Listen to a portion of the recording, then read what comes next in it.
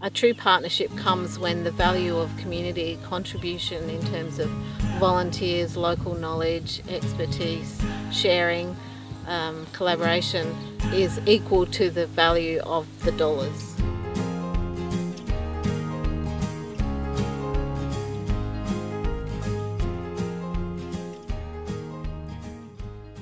My name's Karyn Bradford and I'm the Executive Officer for the Milang District Community Association and a long-term resident of the Milang community. Milang was first settled by shepherds, I understand, and then the river trade came along, and so Milang was a big port, larger than Goolwa during the river heyday. And then it became a support town for the local farming community as well. It always has had a history of great contribution by people in the community. So the community centre has 120 volunteers who work across all of the different programs that we have.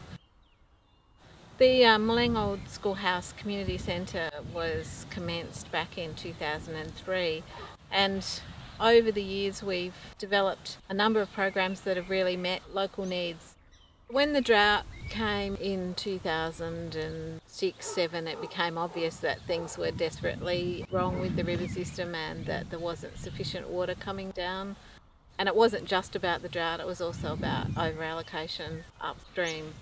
The lakes became seriously, drawn down, and so there were great expanses, kilometres of sandy lake beds when you looked out, and that meant that the recreational activities weren't available and the irrigation industries around the lakes were not able to access water, and so there was just a sense of crisis and almost panic, like if this was going to continue on for a long period of time.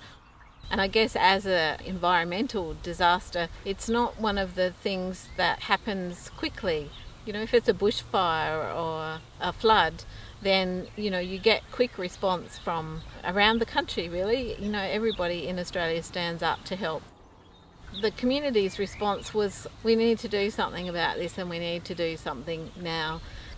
There were a number of engineering solutions that were touted because of course South Australia also had to protect the water supply for the majority of South Australians that were using the water. We wanted to have an ecological solution rather than an engineering solution to some of the pressing environmental problems like the acid sulphate soils which were developing in the dry lake beds.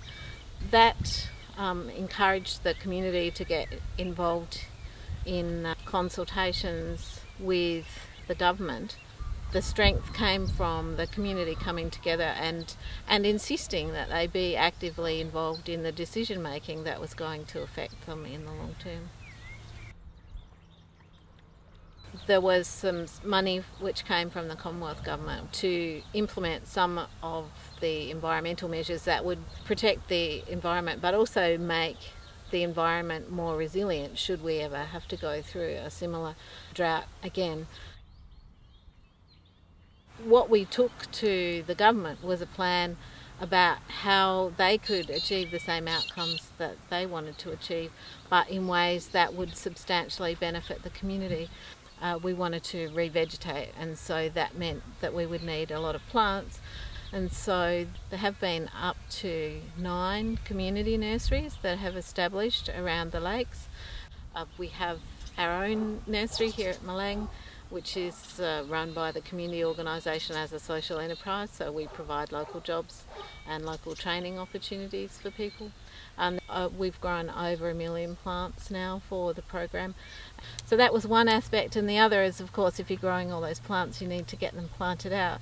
And so rather than employ contractors who come in, do the job and go again, that money was distributed to community organisations, and so they were paid for each plant that they put into the ground.